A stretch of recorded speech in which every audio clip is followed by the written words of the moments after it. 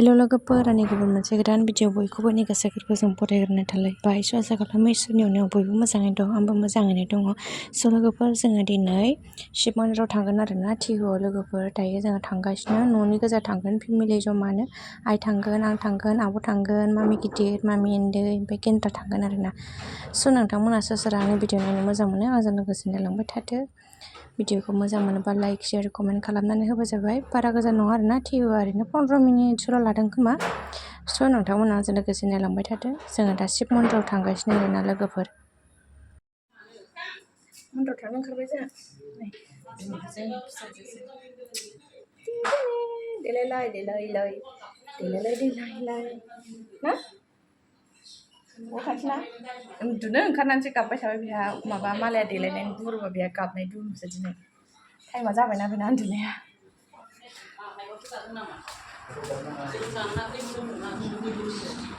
जाबाय आब'आ थांगोन ना आनिया आब' देलाय दाहा देलायखांबाय बा बिमानैजोंसो एखे जालायनोसै बिहा ओमफ्राय जोंहा हौवानि फिसा गिदिरजों आंजों एखे ओमफ्राय बिहा बिमानैजों फिसा उन्दैजों एखे मा गोसोखांनाय इसोरलाय ना मा ड्रेसा एखे आलदा आलदानो राबियालाय वा आबैजोंबो एखे जाबाय दस'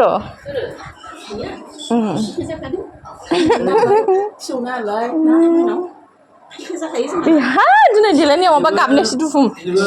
उन्दुनो ओंखारनाया 10 थाखा लागो 10 थाखा लायो नोङो लागोन 10 थाखा लागोन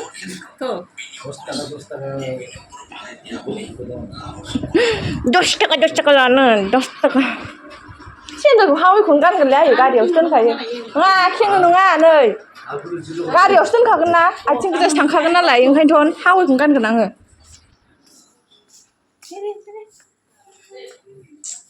दा फैदिदि हा आं लबार लालाहाय दा गरम मोनबा नांगौबा खाथुबगोन खानायखौ अखासो हादोंहाय अखा फिसा फैदो आबै होन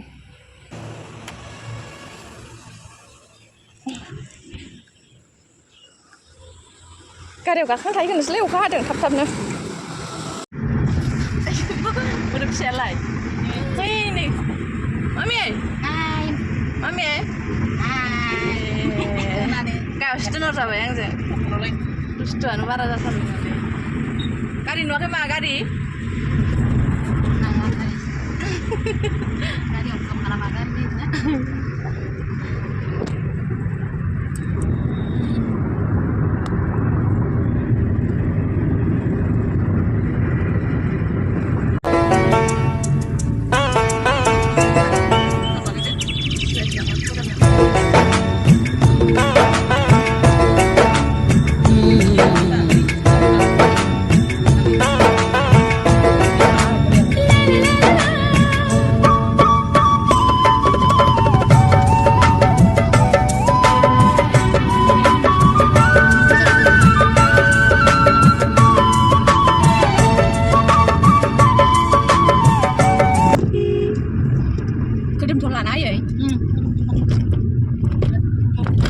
बरमानिफ्राय टिहु थांनाय लामा बियो नै बिबारजों माजों बिसिबां समायना लामाया साफा नै इदि हाग्रा सनजोबलायनायाव नै बिबारखौ बारा सिनायबावाखैसो बिबारा जि मोजां मोजां बारदोंमोन आरोना नै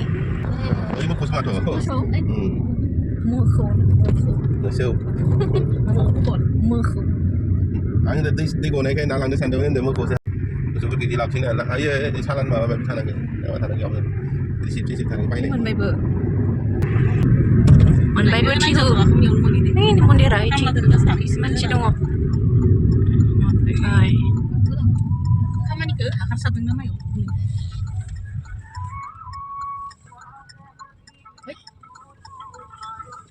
टिहु दाना दैबो गैला मा दंगोन आं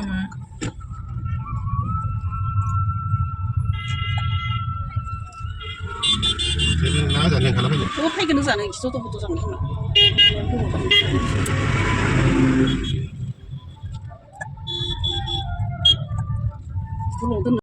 दायो जोङो टिहुआव मोनफैबाय आरोना गारिखौ बैथिं दाबो दालां बारनानैसो दोनहैदों आरोना मोखाङाव गेदारिंथार नालाय मानसिजों माजों बेखायनो जों ओंखारासै आरोना ओमफ्राय गारि दोननोबो जायगा गैखाया नालाय जोङो दालां बारनानै दोनहैबाय आरो ओमफ्राय नै जा ससेखौ थाबायबोबाय आरोना लोगोफोर ओमफ्राय दायो नै फुजा होनो थाखाय जेवारि बाथि धुना आरि लाबाय आरोना बेखौ लाबोआखैमोन नालाय नै आइयाबो गंबा लानोसै होननानै बुंदों आरो साबानि गंबा लानोसै होननानै बुंबाय थादोंमोन आरोना जि मानसि नै लामा लामा जि मानसि दंसोयो बिदिनो नैबेयाव आगरबाथि जेवारि बायदों नालाय बेखायनो मानसि बुरजाथार आरो दिनै फुजाबो नालाय दिनै जों दा लागासिनो आरोना लोगोफोर नै लाबायबो ओमफ्राय आइया गाइखेरबो लादों ओमफ्राय जोंहा बिबारखौ लांखाजोबदों आरो बेल बिलाइ दुब्रि बिबार बेखौ लाखाजोबदों आरोना जों दा जेवारि बाथि आगरबाथि सलायल' लाबाय आरोना नै जोङो दा मन्दिर सिङाव हाबनोसै आरोना नै लोगोफोर गेटाव जि मोजां साजायदों एनै बिबारजों आरामसेनो जा मोजांखा आं सिगाङावबो खननैसो थांखांबायफोर एबाराव खनथाम जाबाय खोमा जोङो दा फुजा हैनोसै आरोना लोगोफोर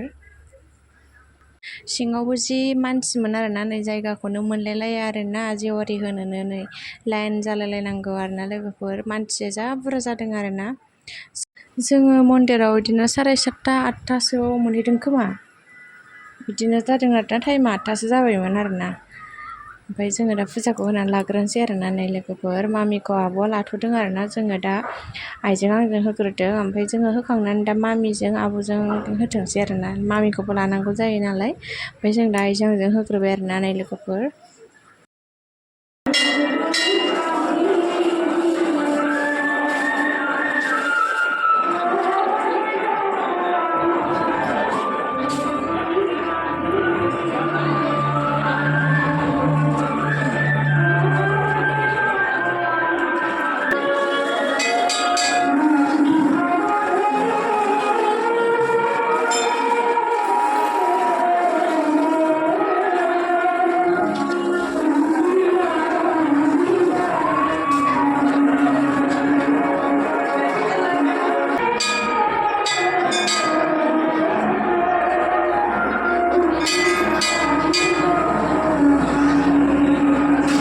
दायो जों आइजों जों फुजाखौ होखांनानै लाबाय ओमफ्राय आं दा मामिखौ लानोसैलाय आरोना आब'मोनहा होथोंसैलाय आरोना लोगोफोर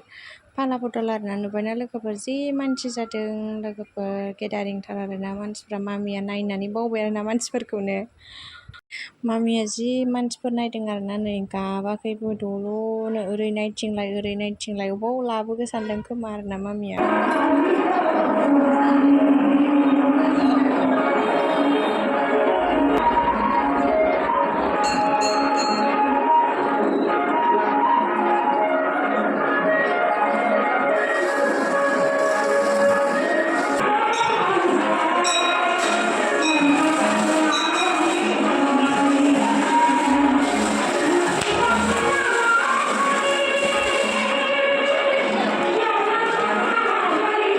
दायो जोंहा आइया बेहेल बिलाइ दुब्रि हाग्रा बिबारखौ रानना होबाय आरो जोंहा लांखादोंमोन आरोना बेखौ बायहैनाङासै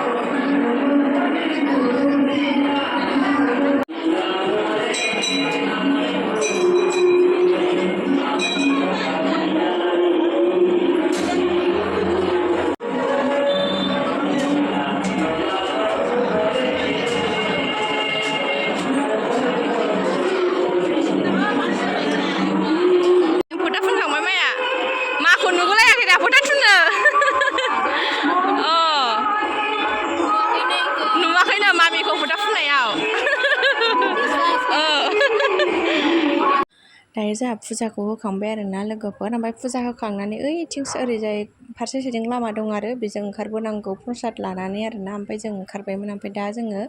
गेटजों फैफिनबाय आरो ओइ गेटआव फटक लानो होननानै लोगोफोरनै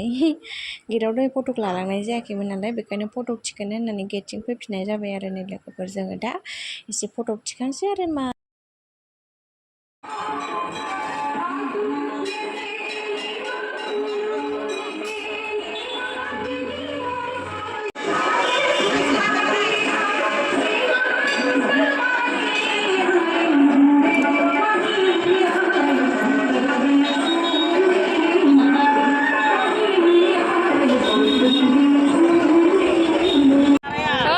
स्कुलनि साबजेक्ट टिचार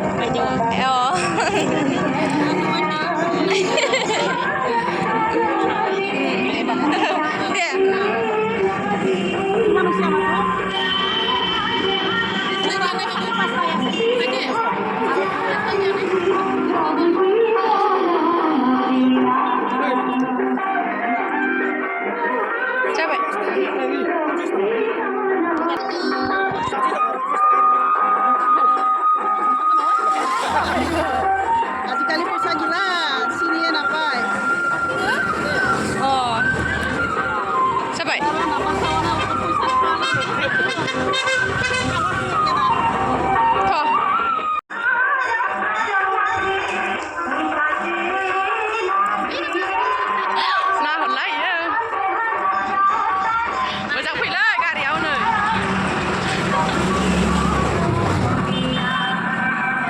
उनथिंल' नाहरोनो बेना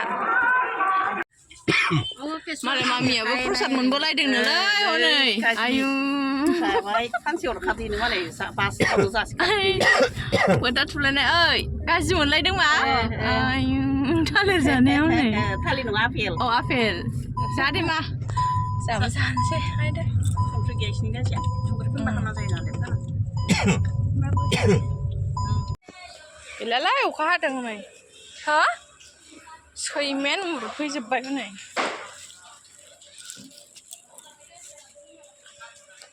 अखा हादों अखा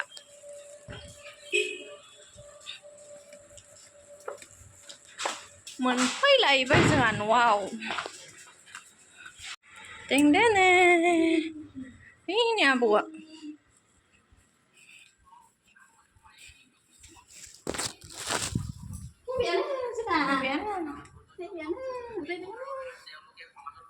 बुरजा जाथारदों आपेलखौ दाबो गारा मालाय हनै दे नोंहाबो फुदो दे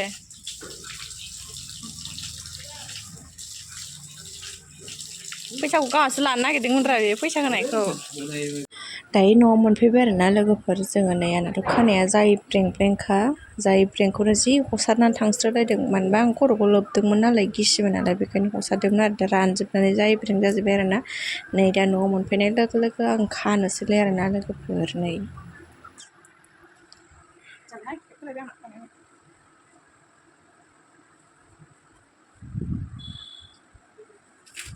दायो न'आव मोनफैनानै ड्रेस आरि आरामसे चेन्ज खालामजोब्बाय आरोना लोगोफोर स' दिनैनि भिडिअखौ बेखिनियावनो दोनथ'नोसै मोजां मोनोबा लाइक शेयार कमेन्ट खालामना होदो नेक्स्ट भिडिअ थाबैनो लोगो मोनफिनगोन बाय बाय लोगोफोर